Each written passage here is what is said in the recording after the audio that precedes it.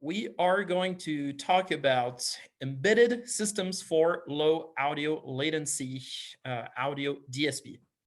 And for those of you who never heard the word DSP, it stands for digital signal processing. So that's basically sound synthesis and audio processing in general. Okay, so I'm going to start by asking you questions. So I hope this is going to be somewhat interactive.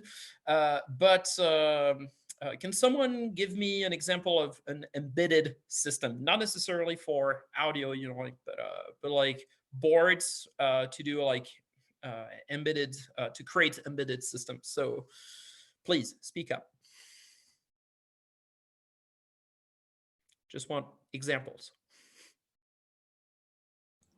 What is Teensy we're going to cover later, but absolutely. Yeah. Okay, so Teensy is an embedded system, and it's a specific kind of embedded system that we call a microcontroller.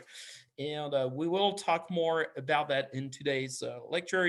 But you know about the Teensy for those of you who got your kit.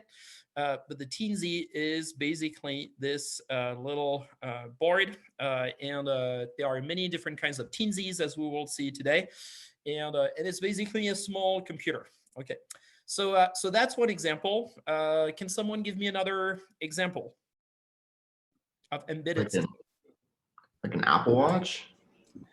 So an Apple Watch is definitely an embedded system, but it's like a comprehensive embedded system. It's like a final product. Here, I'm more talking about like boards to create embedded systems. So the Teensy is a good example, for instance, but since there are different kinds of embedded systems, I just wanted to ask you, like, what do you define as an embedded system?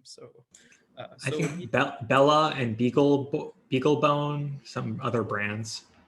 Yes, so the Bella, we will talk about it today as well. And the Bella, oh yeah, okay, well, Bella, it's not this Bella Audio. I'm just like Googling these things here. And so the Bella is this board. We'll talk more about it today. It's using Linux. The Beaglebone is also an example, and basically the Bella is based on the Beaglebone, and that's what we're going to see. That's what we're going to see today. I'm sure some of you heard about the Raspberry Pi as well.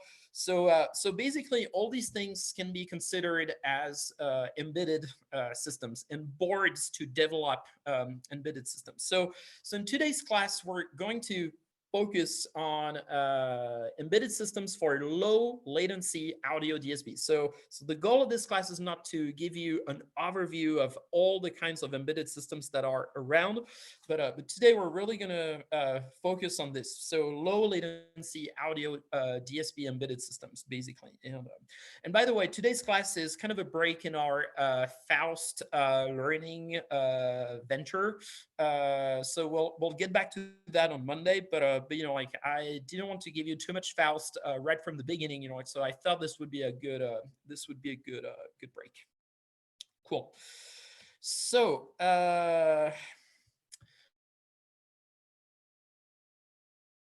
Linux-based embedded platform, and we'll see like what characterizes them, like from a technical standpoint, and why they can be used for audio, and why they are potentially good, and why they're potentially not so good for audio processing. So the probably most famous example of embedded system for based on a Linux system is the Raspberry Pi. Okay. So the Raspberry Pi has been around now for, I don't know, maybe 10 years or something like that. And it's basically a small computer. Okay, and I'm sure many of you here know about the Raspberry Pi, so this might be a little bit boring. But nonetheless, I'm going to talk a little bit about it. So it's basically a small computer, and it could totally replace your laptop.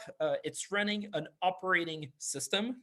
Okay, so it's running an operating system which is called Linux, and it's based on a CPU. It has random access memory. It has ROM, so it's basically an SD card where everything, where the operating system is. It has an audio output. It has Ethernet and USB. So it is a computer. Okay. And so just like computers, it in general, it has some disadvantages over other type of embedded system, and that's what we're going to see. Later. Okay, so the Beaglebone is another example of embedded system based on Linux, and it's more or less the same thing as the Raspberry Pi, except that it has slightly different specs, and it's based on a different kind of CPU. But other than that, the Beaglebone and the Raspberry Pi are kind of the same thing. The Raspberry Pi is more famous, because it was kind of a bigger success, from a commercial standpoint, than the Beaglebone.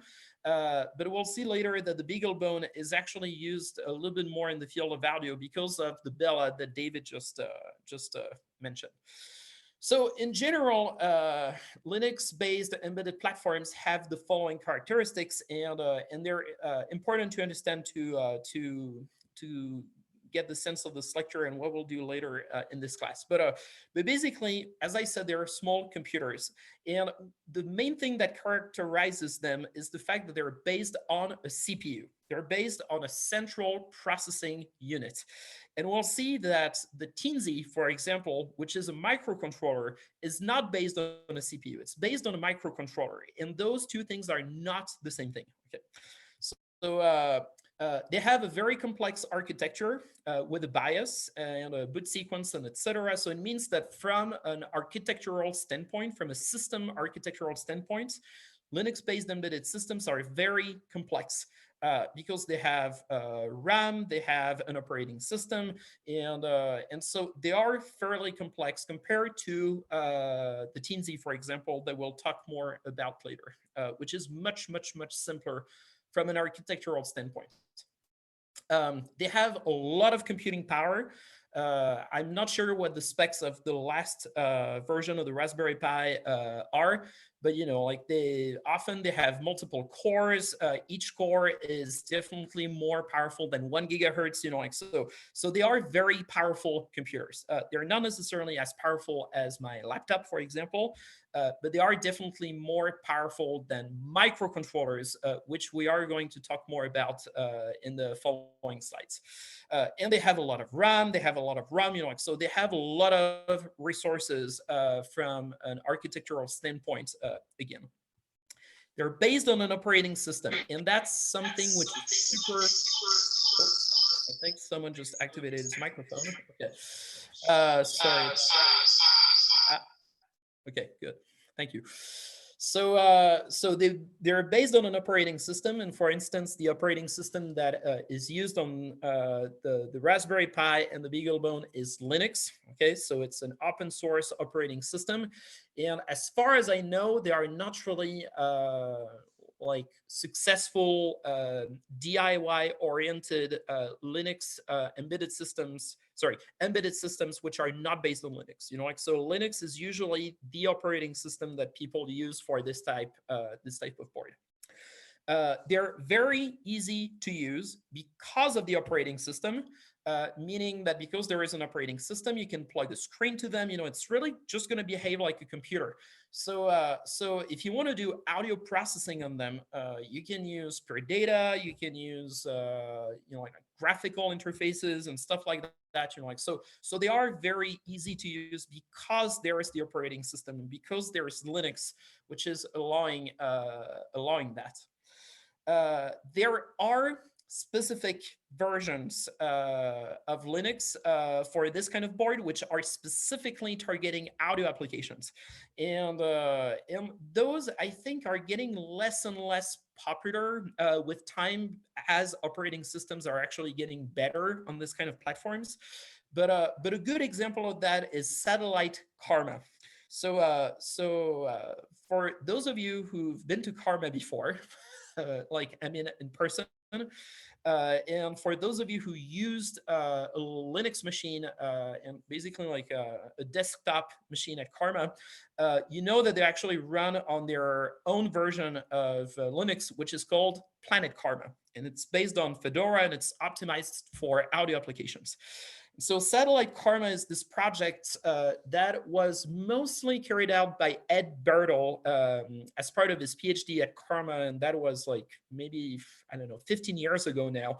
So it's pretty old, and it was first meant to be used on the Beaglebone, which was yet another embedded Linux system, different from the one that we mentioned, but it's still the same story. Like they were small Linux computers.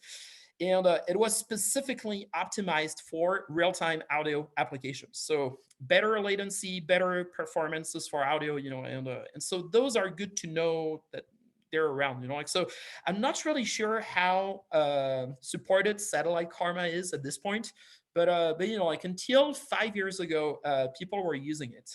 And in fact, people were using it in 250A a while ago, like 10 years ago. And so now we don't really use that anymore because there are better options for what we're going to do in this class. And that's what we're going to see later in this presentation. Now, the problem of having an operating system is that it introduces audio latency. And that's going to be the main thing we're going to talk about during this lecture. So if you have an operating system, because you have all these layers, all these things that are functioning at the same time in parallel, or in series, like operating systems tend to add audio latency to your system. And also because they're based on a CPU, they require more buffering than other type of embedded platforms. So Linux-based embedded platforms are not so good for audio latency. And basically, they're going to have the same amount of latency than a laptop, for example, or a desktop computer, because they are also using operating systems. So another problem with Linux-based embedded platforms is that they run an entire operating system to carry out tasks that are very often fairly simple. So in our case, we're going to do real-time audio signal processing. So all we need to do, is to synthesize sound. Do we need to have like Ethernet connections going at the same time, or like super complex like power management systems or things like that? Probably not, And so one of the disadvantages of using this type of platform is that you run many things that you don't necessarily to run to achieve what you want to do. So do you have any questions about that? Like any remarks or no? Okay, cool. So no questions. That's good. So that's for Linux based embedded platforms. Once again, this type of platform was used in the past in 250A, but we don't really use them anymore because once again there are better options, and that's what we're gonna see in the next slides. Okay. So another type of embedded system, much simpler than the one that we just talked about, like Linux-based embedded systems, are microcontrollers. Okay, so what are microcontrollers? So let's look at the features of microcontrollers, and let's try to compare them to the features of Linux embedded systems that we just talked about before. So microcontrollers have very little computing power. So in general, they have a clock which is inferior to 200 megahertz. And if you recall what I just said before, Linux embedded systems usually have a clock for one core greater than 1 gigahertz. So that's like 1000 megahertz. And there are multiple cores, and usually on microcontrollers, there is only one core. We'll see that it's not necessarily always the case. Like there are some microcontrollers that have multiple cores, but in general, they only have one core. So in terms of computing power, they're way less powerful than Linux embedded systems based on a CPU. But they're getting more powerful. And for instance, the Teensy that you have as part of your kit is actually 600 megahertz. So it is fairly powerful for a microcontroller. So another thing about microcontrollers is that they have very little RAM. Okay, and RAM is important for audio. So that's going to be a problem that you're going to encounter a lot during this class, as we will talk about. So the reason why you need a lot of RAM to do audio is because if you want to store audio sample, and if you want to reuse them in real time, in a real-time audio application, your audio samples have to be stored in RAM. So it means that if you have like an audio recording of something and you want to process it and you want to do like operations on this audio recording in real time, like granular synthesis, for example, or an echo or stuff like that, then you need RAM because everything is going to go in the RAM. Because if you put it in the ROM, it's too slow to actually go in there, you know, and get good latency performances. So when you do processing on pre-recorded audio samples, they have to go in the RAM. But the problem is that on microcontrollers, usually RAM is smaller than 1 megabyte. 1 megabyte is very, very small. You know, like that's basically like that's like a couple seconds of sound basically, and so that's potentially a problem, and we'll talk more about that later. Okay. A good thing about microcontrollers is that they have a very simple processor architecture. So microcontroller is much simpler than embedded Linux systems. So for example, if you plug it to your computer, it will boot immediately. Like there is almost no boot time because there are very few things to boot on the system basically, as opposed to a Linux embedded system, you know, like where you have all these things that need to be started in a specific sequence to actually work on the system. There's no bias, and so that's actually the main feature of microcontrollers. They have analog inputs. If you take a Raspberry Pi, if you take a Beaglebone, if you take any Linux embedded systems, they don't have analog inputs. They might have an audio input, but it doesn't really count as like proper analog inputs. And the problem if you don't have analog inputs is that you cannot plug sensors to your device. Sensors which are analog sensors. And we'll see next week that in our kits, like almost all the sensors that we'll be using are actually analog sensors. And so if you want to measure the values that are produced by a sensor, and if it's an analog sensor, then you need analog inputs. So it means that if you wanted to plug an analog sensor to a Raspberry Pi without something in between, it would not be possible, basically. And so when people were using embedded Linux systems in this class in the past, and they had to plug sensors to their embedded Linux system, they actually had to use a microcontroller. So you had your embedded system, you had a microcontroller, and then you had the sensor. Okay, so you had these three things. Now, in this year's 250A, we'll do everything on the microcontroller.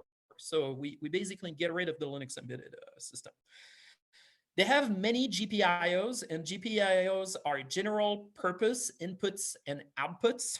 Okay, so those are digital inputs and outputs, and they can be used for anything. So if you want to plug a digital sensor to the microcontroller through the GPIOs, you can do it.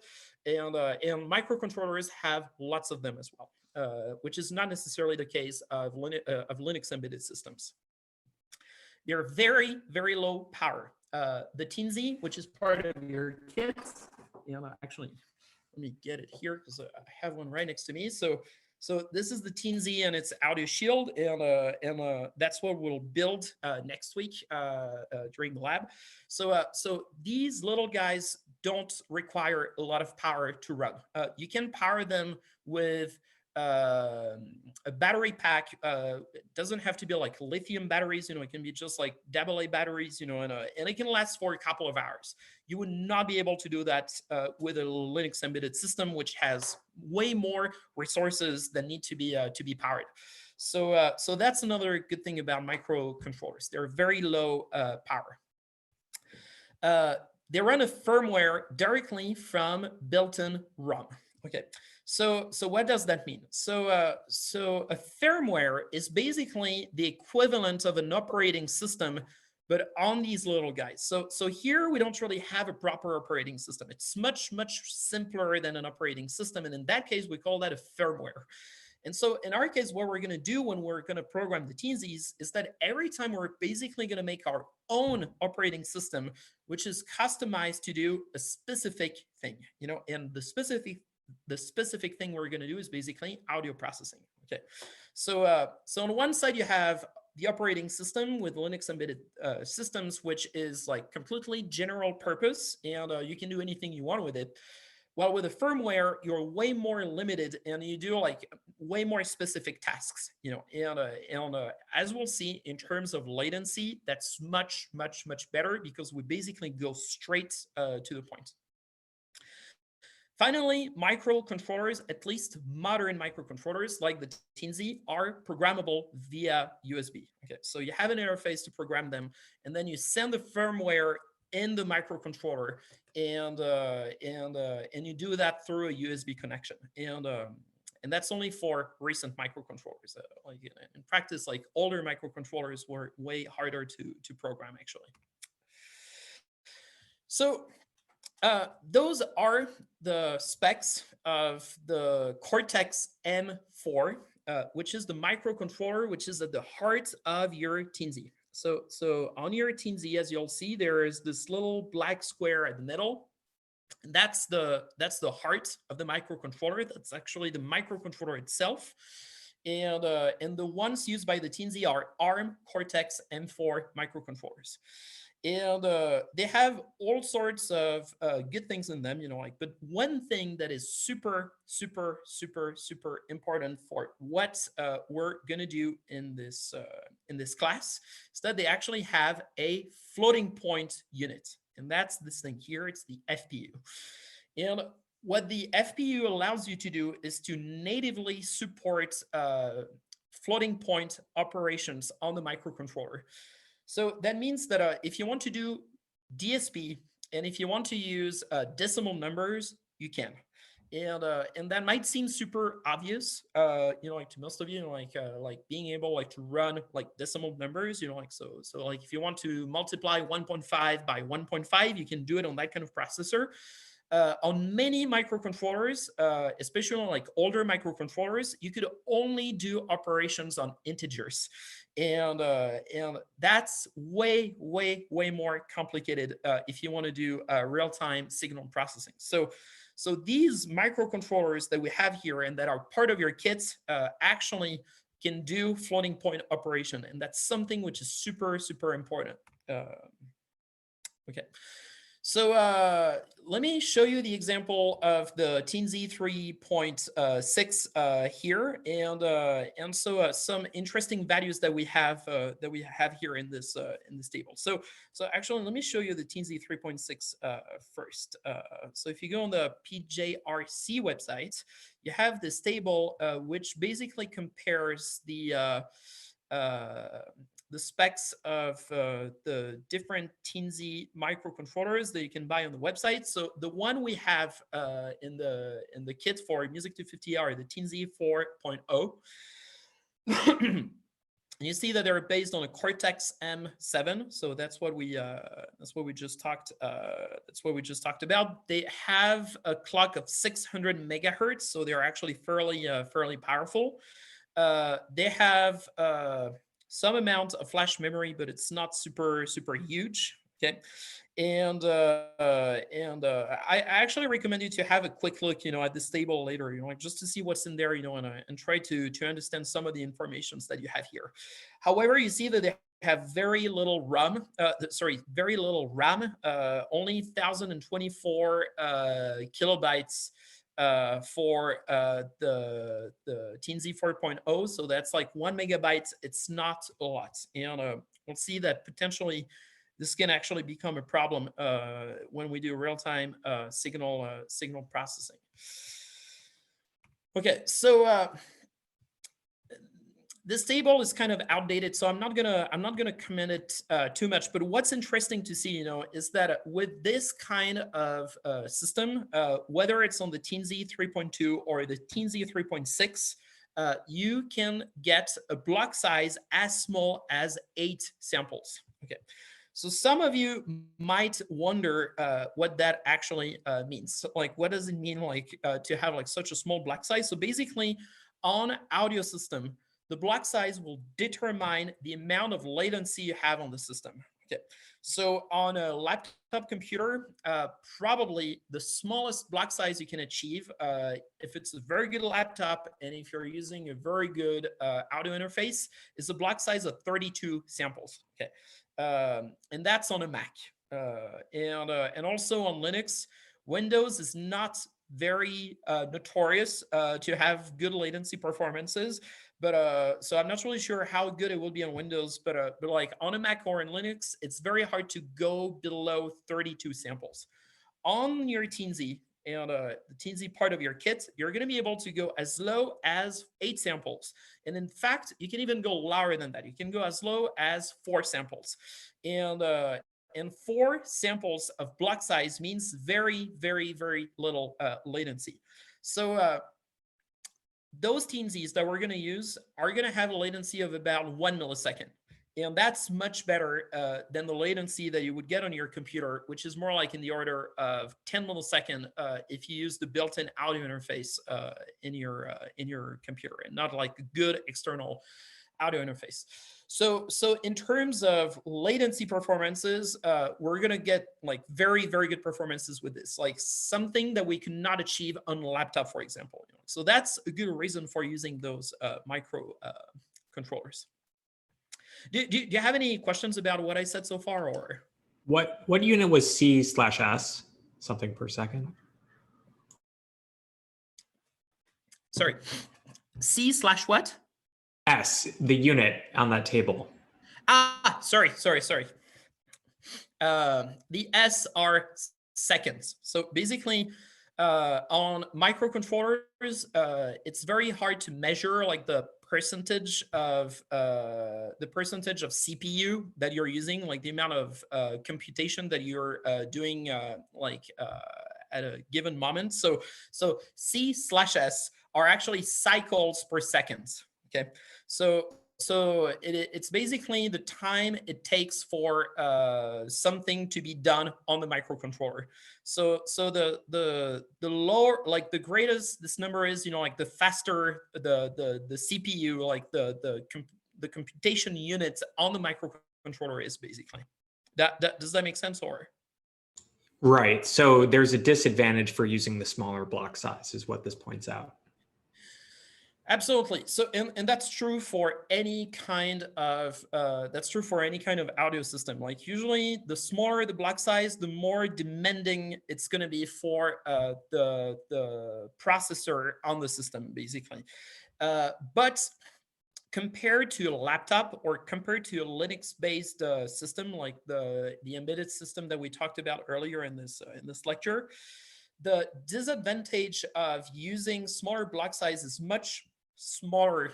The impact of using small block size is much smaller on microcontrollers than if you have a CPU, actually, like a proper CPU with Linux running on it. So like once again, like 8 samples of block size would just not be possible on this kind of like on a laptop like the one I'm using here. So any other questions, or? Cool. All right. So of course, the Teensy is not the only thing that is around, and there are actually alternatives to the Teensy that people use.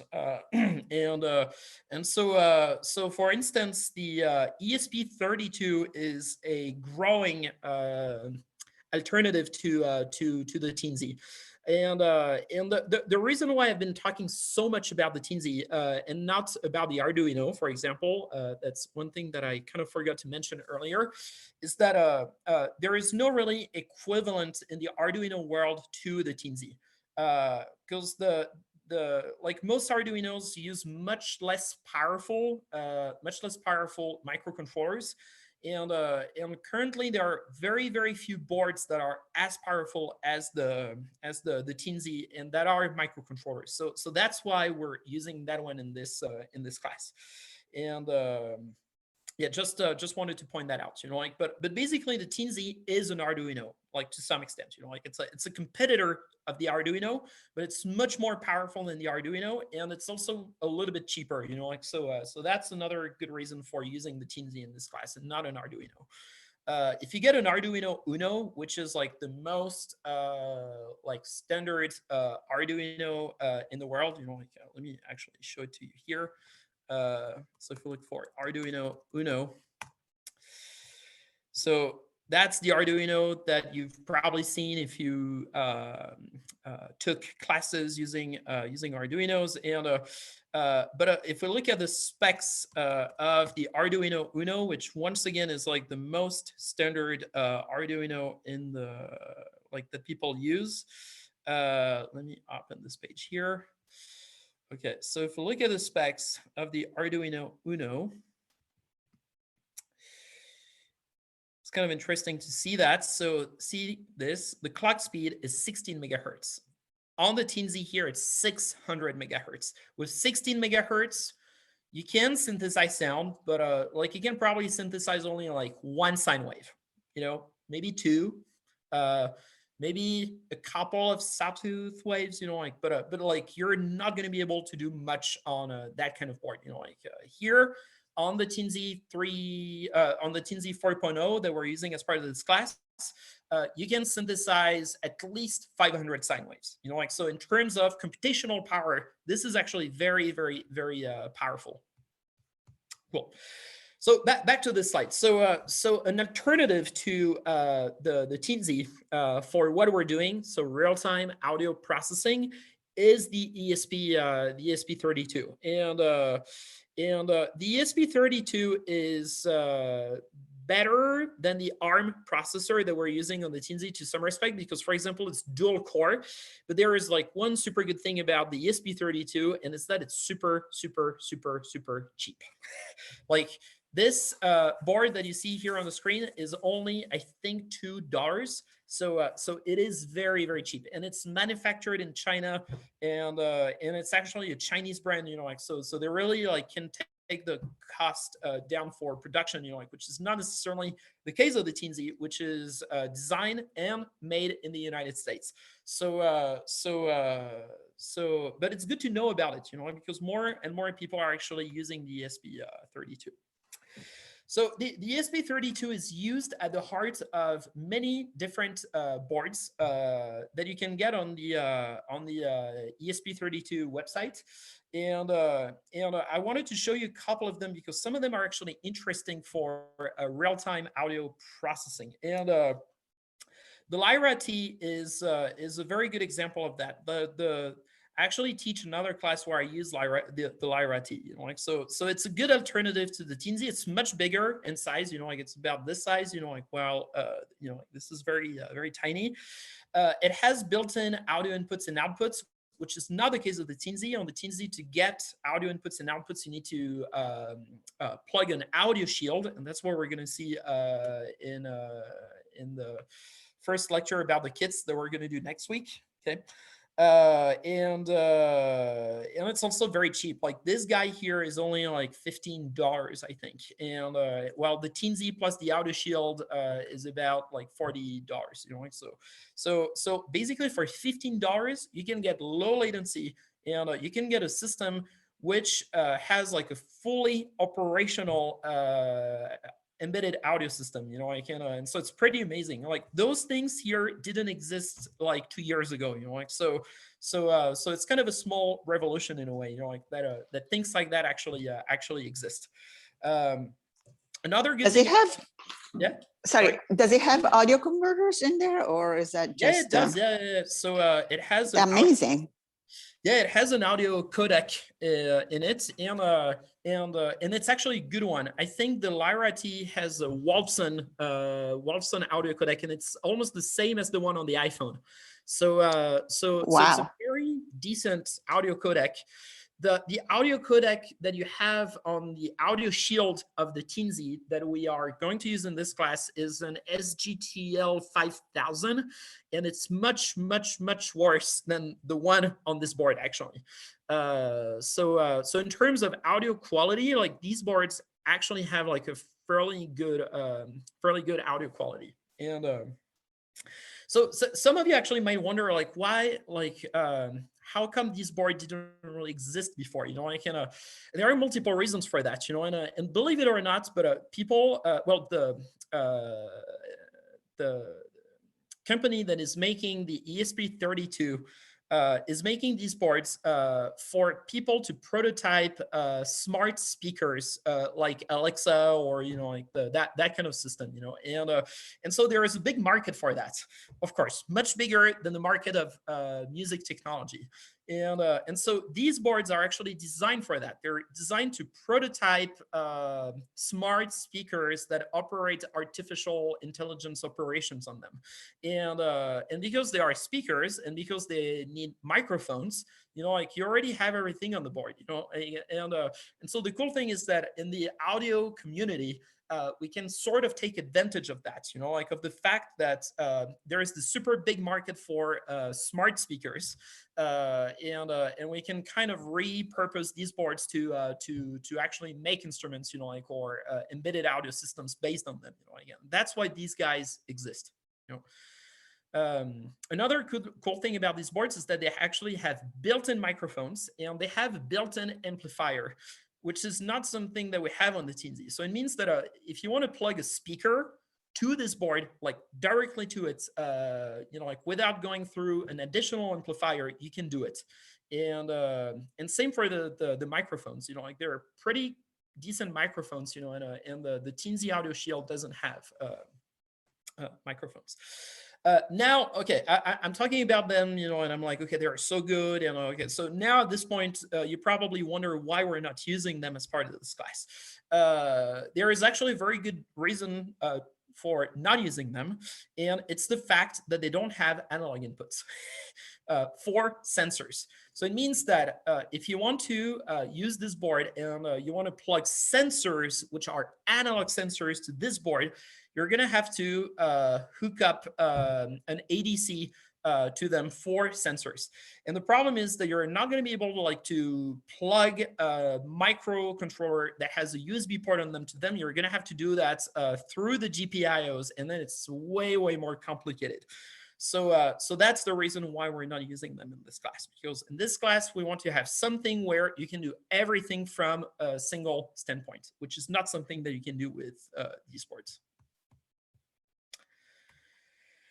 Okay, that's another example, and that one is kind of my favorite one. So this one is the ESP32 TTGO-T audio board, and that one is completely insane because it only costs $15. So it's more or less the same price. It's more or less the same price as this one. But that one has motion sensors built in. It has an even better audio codec. So the audio converters are super high quality on this board. And it has 9 degrees of freedom's motion sensors. So it has like a compass, it has gyroscope, it has an accelerometer, has the SD card reader, you know, like, so basically like this little board here is perfect for what we do in this class, you know, and it has analog inputs. Okay, so now you probably even wonder like why we're not using that one, you know, like, you know, like, because, you know, like the other one doesn't have analog inputs, and that's the reason why we're not using it. So now you're probably like, okay, why aren't we using that one in the end? You're like, well, the reason why we're not using it is because it's actually made in China, and they're a little bit clumsy sometimes. So like in terms of stability, and because I don't want to deal with problems, especially since you guys are all far away and I'm far away, I know that the Teensies always work. There are never problems with the Teensies because they're made in the US and they're designed in the US, you know, and so they just work, you know, like those. Sometimes if you get the bad one, it might not work, you know, and then it would have been a disaster for this class. Because we'd have to send you another one and blah, blah, blah, you know, like, so Okay, one more thing that I want to say about the ESP32 that the Teensy doesn't have is that it also has Bluetooth and Wi-Fi built in. And so for example, a great project that I always wanted to do, like with this board here, like is a speaker array. Like, because basically for $15, you get like a computational units where you can do like, like wave field synthesis or stuff like that for those of you who know what I'm talking about.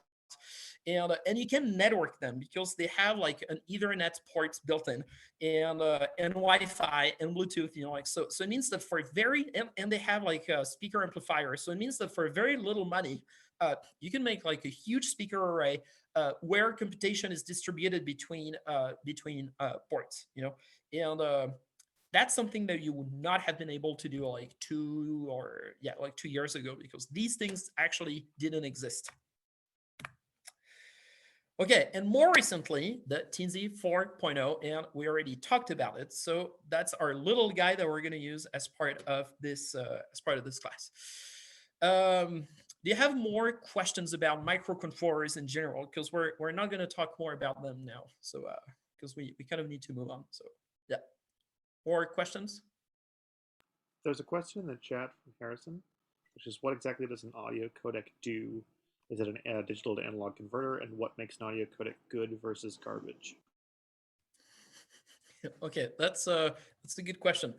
So an audio codec is basically what provides you with an audio input and an audio input on any kind of digital system.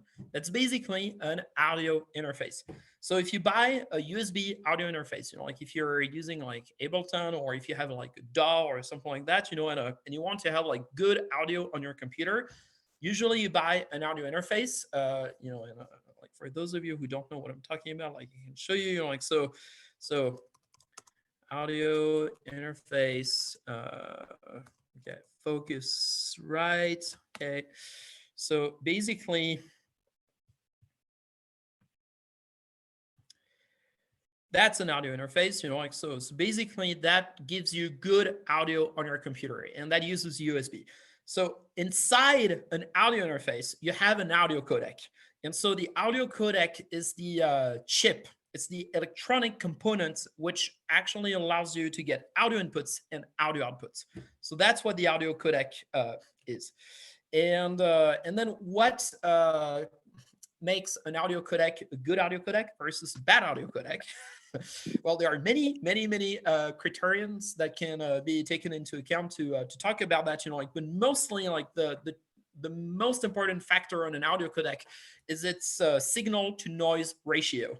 So some audio codecs are going to have a little bit of noise in the background, because of bad conversions, and good audio codecs are going to have very little noise.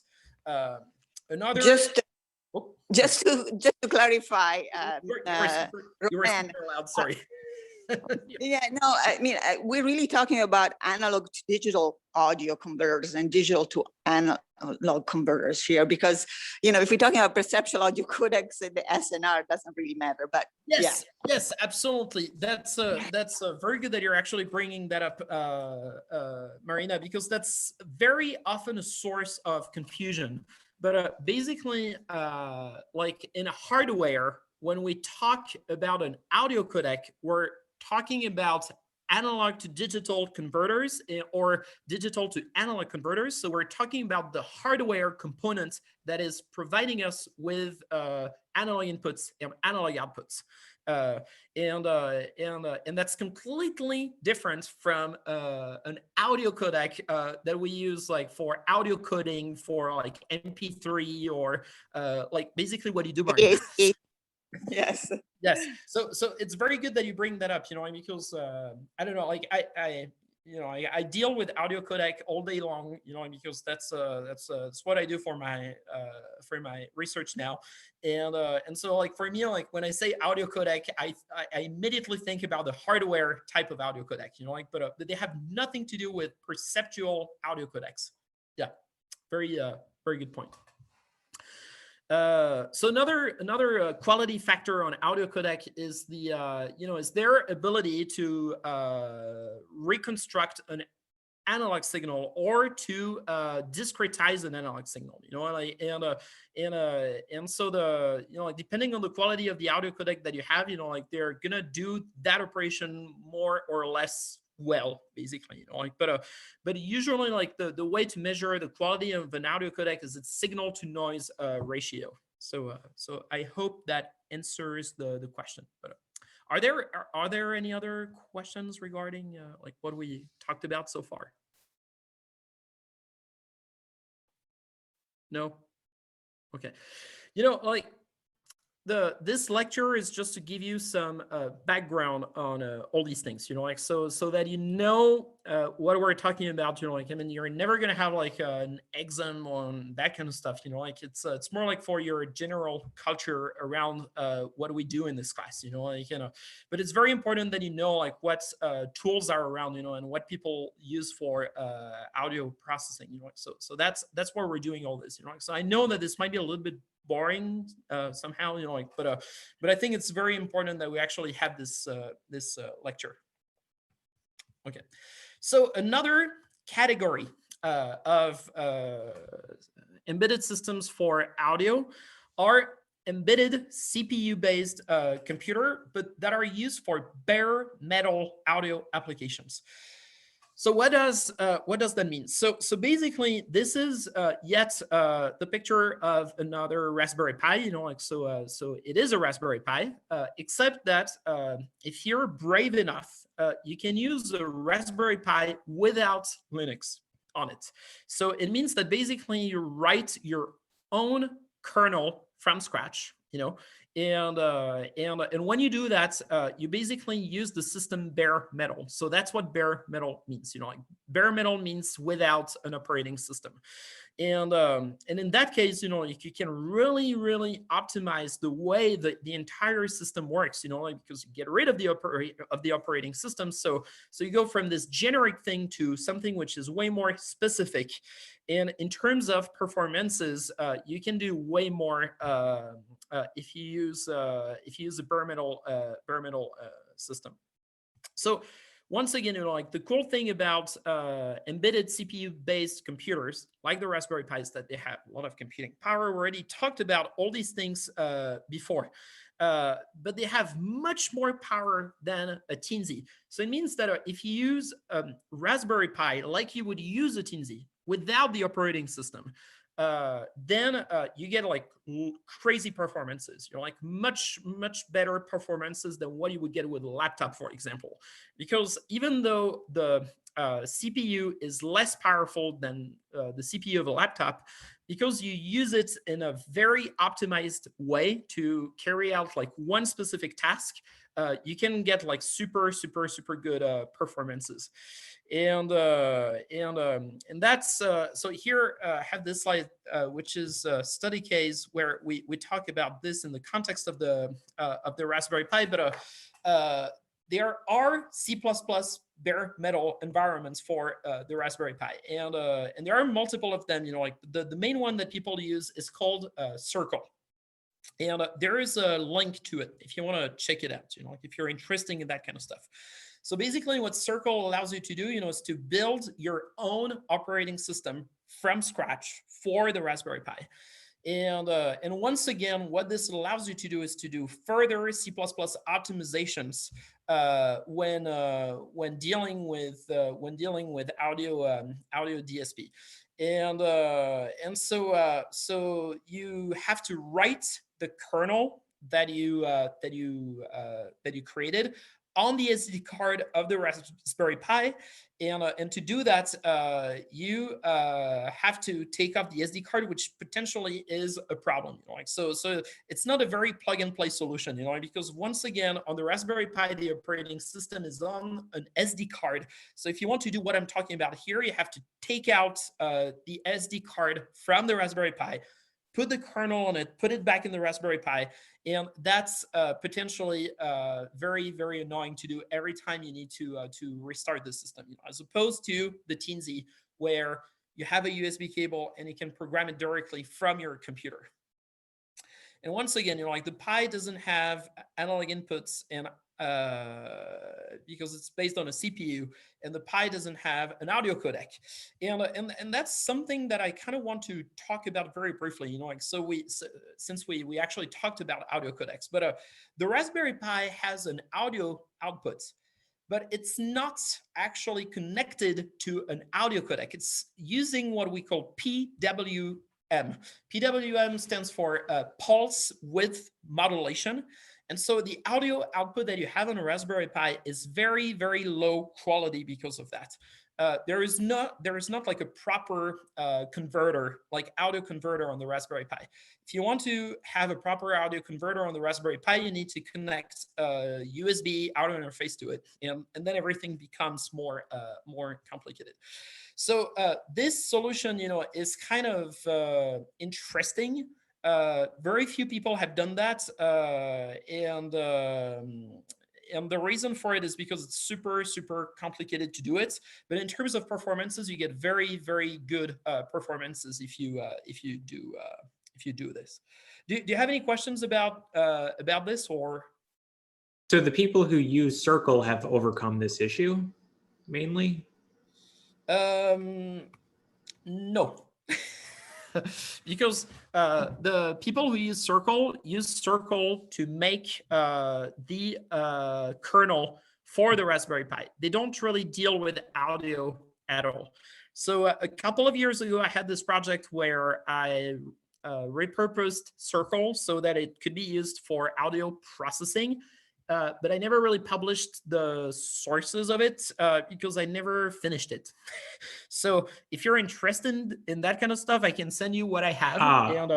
And I had like sort of a, this is like very, very cutting edge stuff basically that I'm talking about here, but since I worked on it, I thought I should mention it here. But yeah, if you're interested in it, like I can send you what I had when I stopped working on it. But it worked, like I had an example where, like I could generate, I could go from Faust to the Raspberry Pi using like without using an operating system, and you get like good latency performances, but more than that, you get like super good computational power that you would not get on the Raspberry Pi normally because all the operations are super optimized, basically. So cool. And quick question: the line that says the Pi doesn't have analog inputs because it's based on a CPU. What about being CPU based prevents you from having analog inputs? So a microcontroller. So basically, the processor that you have on the Teensy has built-in analog inputs. And I'm not talking about audio analog inputs, right? I'm talking about analog inputs for sensors. Okay. A CPU doesn't have built-in analog inputs. A CPU has built-in digital inputs, and it has many of them, okay? But it doesn't have built-in analog inputs. So if you get an ADC, so like a chip, which is an analog to digital converter, and you plug it to your CPU, then you get analog inputs on your CPU, but it's not built in. So that's what I meant. Good question. Yeah. Cool. So here's another category. Okay, so here we're talking about different categories of systems that people use for embedded audio, and I think someone at the beginning of the class talked about this, and here we have the Bella, and so what is the Bella in comparison to the other systems that we talked about before? So the Bella is based on a Linux embedded system, which is a Beaglebone. Okay, so you see that there are kind of two elements in this board here in the picture. The first element is at the bottom, and the other element is at the top. The element is at the bottom is a Beaglebone. Okay, so it is like a Raspberry Pi, it's just a different brand. Okay, and then the Bella is this thing that goes on top of the Beaglebone, and that adds audio inputs and audio outputs to it, high quality audio inputs and audio outputs. And I think it's 6 audio inputs, 6 audio outputs, sensor inputs. Okay, and this is all low latency. And the way it actually achieves this is by running all the signal processing operations outside of the operating system. So in the Bella, you have an operating system, which is Linux, and all the audio stuff are actually running outside of Linux. So, so it means that thanks to that, you have good latency performances. And so in the field of audio technology, whenever you need an embedded system, usually that's what people go for, basically. You know, like so if you want to make an art installation and you're not taking music to 50A and you don't know about that kind of stuff, usually people will go for the Bella. And we could have used the Bella in this class, you know, and there are a lot of classes similar to music to 50A which are taught in the world and that are using the Bella. The reason why I decided not to use the Bella is because it's very expensive compared to the Teensy. Like, once again, you know, like the Teensy plus the audio shield is like $35. The Bella plus the Beaglebone is more than $200. So it is fairly expensive compared to the Teensy. And also for what we're going to do in this class in terms of performances, like using the Teensy doesn't really have any limitation compared to the Bella, you know, like, and the Teensy is way simpler than the Bella, you know, because once again, the Bella has an operating system, so it takes some time to boot, you know,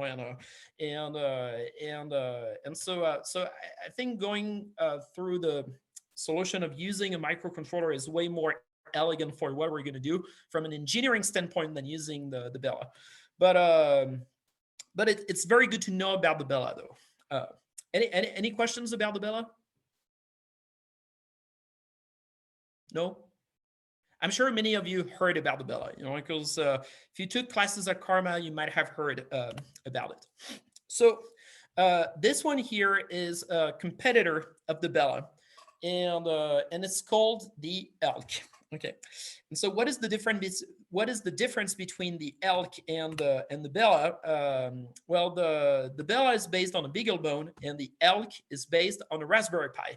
So this is basically a hat for a Raspberry Pi, and other than that, it's not that different. You know, like, I mean, it provides multiple analog inputs and multiple analog outputs for audio and for sensors. It has high quality audio converters on it, so high quality audio codec, okay, hardware audio codec, and it has low latency something performances as well, you know, and it's also fairly expensive, you know, like that one is like, I think it's $250 or something like this, you know. So those are more expensive solutions than the ones that we are using as part of this class, but they are good to know about, actually, because they are very used in the field in general. Okay, so now we're going to talk about more advanced solutions that we're not going to use as part of this class, but that you should know about, you know, just because they're around and because they are actually important in this field. So traditionally, in the field of audio processing, if you had to do embedded audio signal processing, you would use a DSP, so a digital signal processor.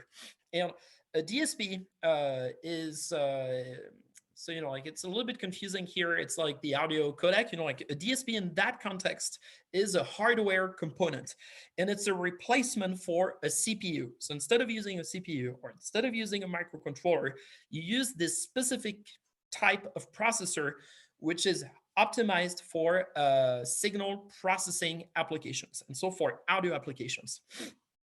So it is very commonly used for professional audio applications. So if you buy a Korg keyboard, or if you buy like any professional equipment for audio synthesis or audio processing, usually what you will find in it is a DSP. And so most most companies use DSP to implement audio processing embedded in their system.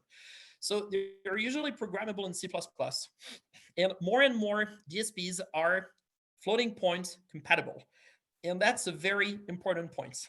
Because for many years, and it's actually still the case, many DSPs don't provide native floating point operations. And I'm sure that for many of you here in this class, you have no idea what I'm talking about. But the bottom line is, if you cannot do floating point operations, it's extremely complex to write signal processing algorithms, because it means that all the operations you're going to do are going to happen on integers and not on decimal numbers.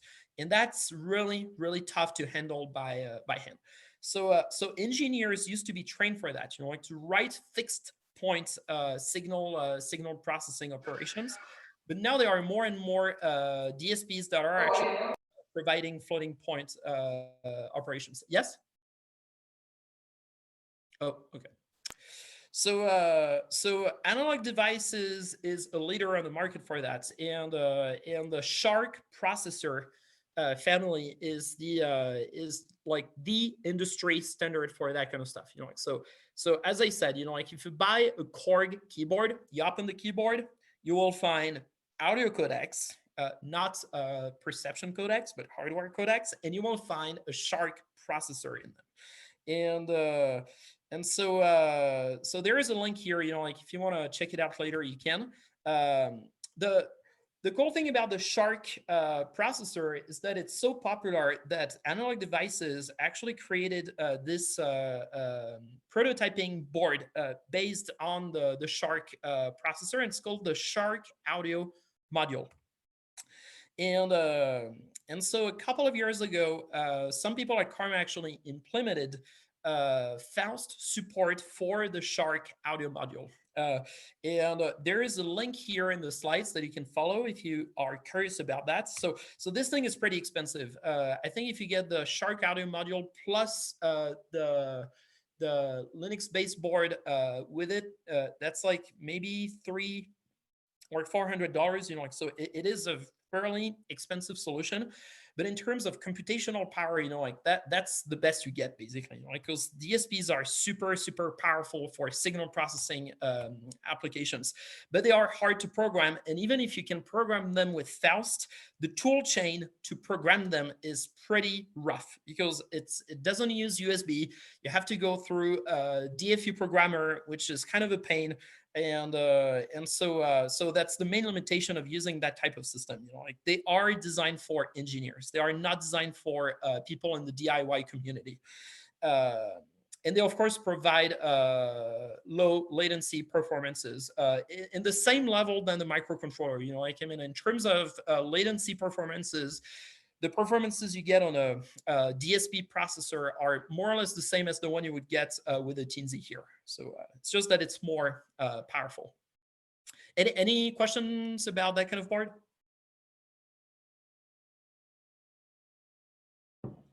Okay. So another option is to use a GPU.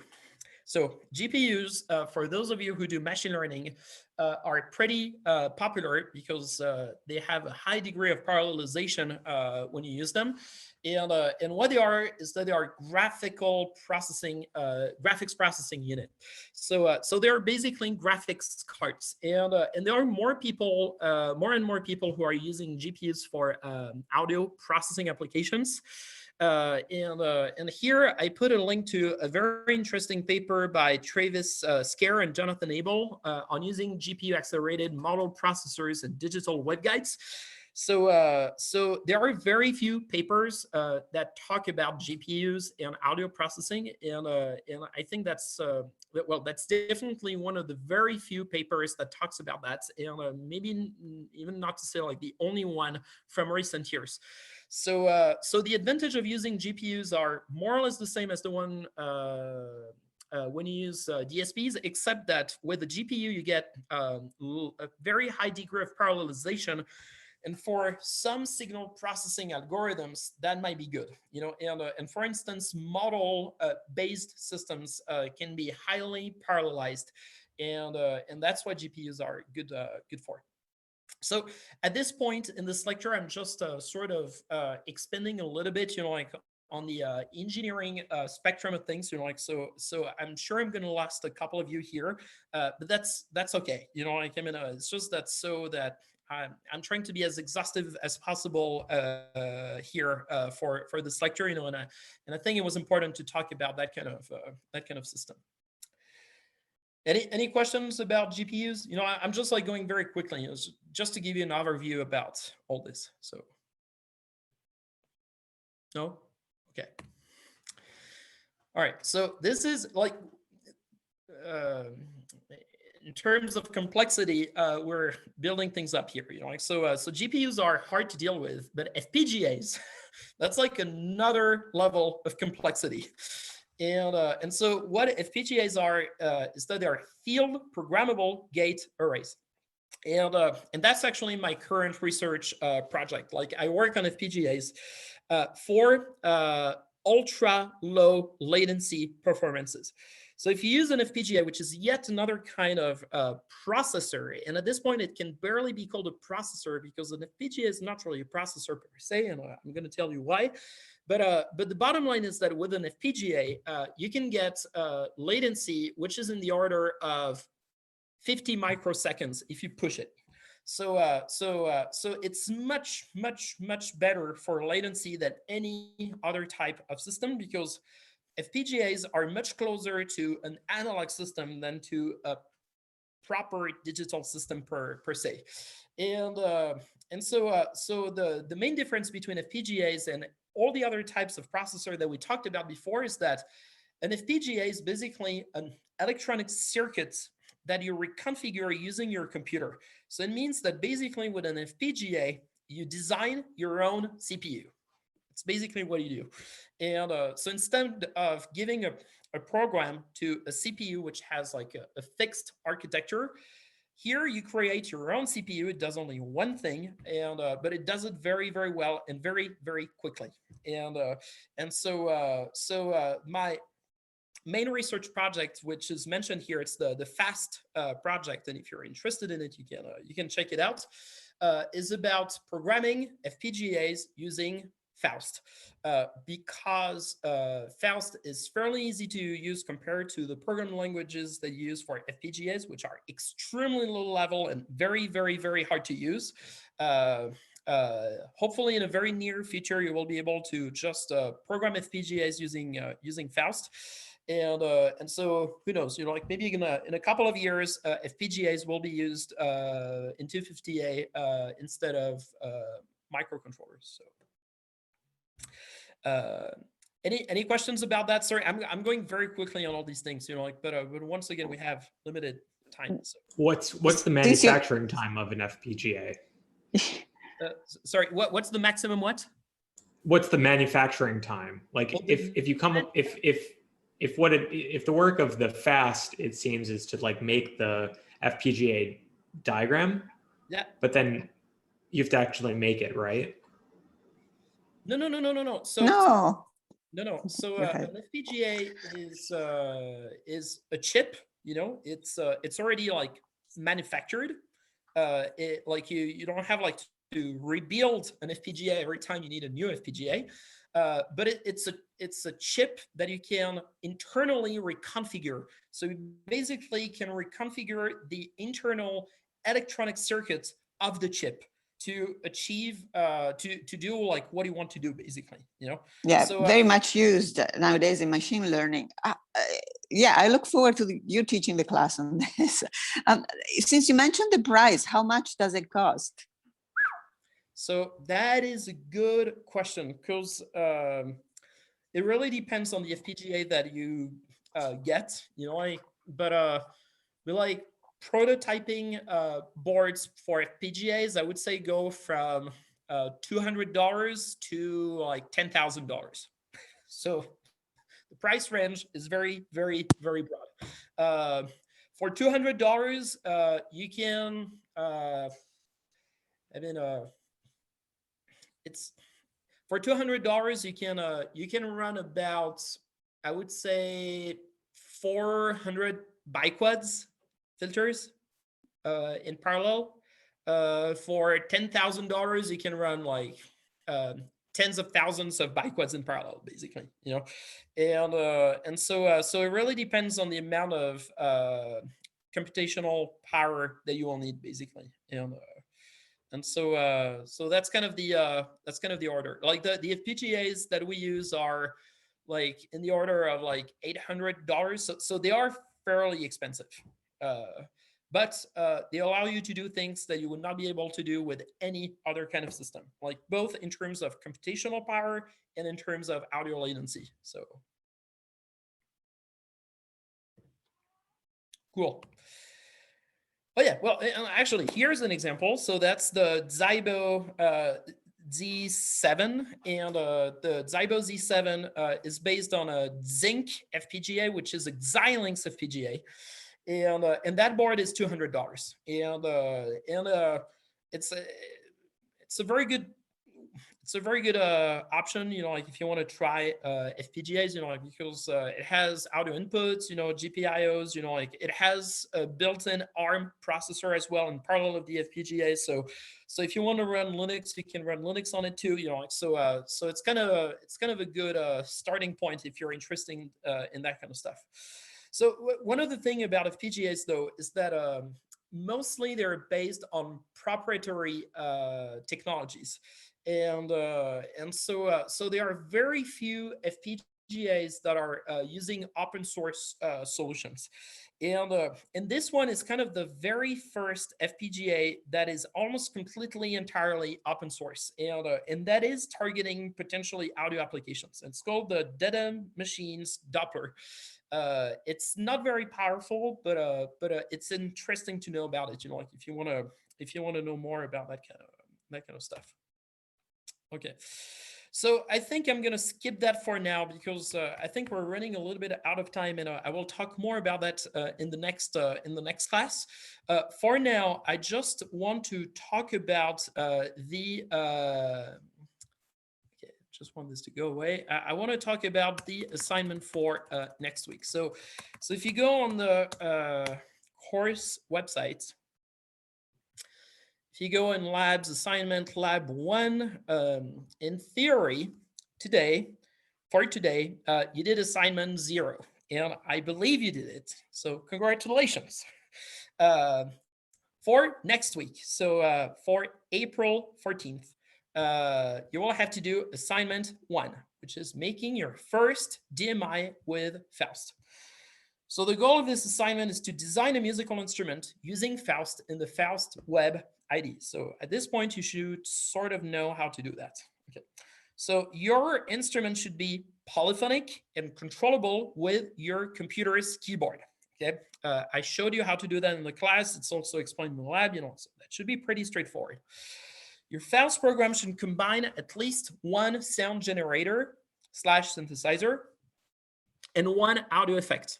For that, feel free to use any of the Faust 250 starter codes or functions of the Faust libraries. You know, like, just use anything you want. You know, like, expectations are not necessarily super high in terms of coding. You know, like if your instrument is only like 2 lines of code, that's fine.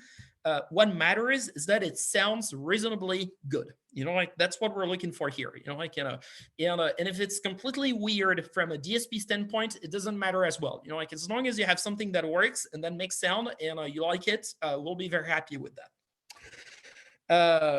Designing an instrument with an involving spectrum timbre is strongly recommended. You know, like so if you actually did assignment 0, you probably know what I'm talking about here. Okay. Make sure that your instrument is expressive, artful, beautiful, playable. Unleash your inner digital luthier. Keep in mind that simplicity is often better. That's what I just said. It's not because your code will be thousands of lines long that your instrument will be good. We want you to spend more time designing interactions than making something that is technically complex or advanced or good. You know, like simple is better. Spend some time thinking about the interface and its mapping with a synthesizer. You know, like, so here I'm talking about the graphical user interface. Even though we're not really going to care too much about that, you know, like what we care about here is interaction. You know, like how does that work with the keyboard? You know, like how does that work as an instrument as a whole, basically? Like, and that's really what matters here. Then we want you to make a demo video of your instruments. The content of the video is pretty open. The only requirement is that it should contain a short music statement. And the video shouldn't be boring.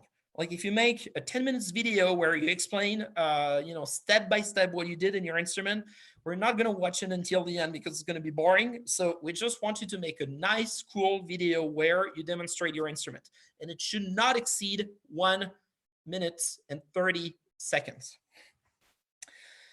It's better if your video is well crafted, okay? If you record the speaker of your computer with the built-in mic of your computer, it's okay. Like, you know, like we'll tolerate it, but we prefer if you don't do this, okay? And finally, you post the video on YouTube and you send it to Doug and I, along with your Faust code. And you try to do that by, well, no, it's not you try to do that. You do that by April 14th. We will not tolerate late days for the submissions, you know, like, so unless you have a very, very, very, very good excuse. So please try to submit that in time. We're going to be kind of very strict about that. So yep, of course, you should have fun doing it. Any questions about this assignment? I mean, there's going to be office hours, you know, like this week and next week, you know, like you can, of course, ask questions about this during office hours, you know, like, but any questions? Is it No? okay to use a MIDI controller instead of the keyboard? Yes. The, yeah, computer keyboard. Cool. Yeah. Thanks. Of course, yeah.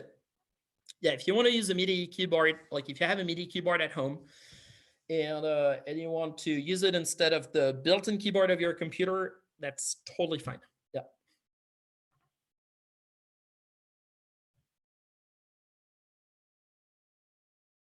Cool. Great. Yeah. Can we borrow code from any of the examples or the? Yes. Okay. Yeah, like cool. You honestly, you know, like, I mean, even if you just slightly repurpose one of the examples, you know, like you change like a couple of lines of code, that's totally fine. Like, I mean, once again, we're not going to look for code complexity or whatever. Like, what do we care about is the final result, you know? And so if you turn your laptop into an accordion or something like that, you know, and you just reused the example, but like you play an accordion with your laptop or something like that, you know, that's good. You know, like we'll be happy with that. You know, like we're not looking for code complexity or whatever. Like we're really looking for an instrument basically. So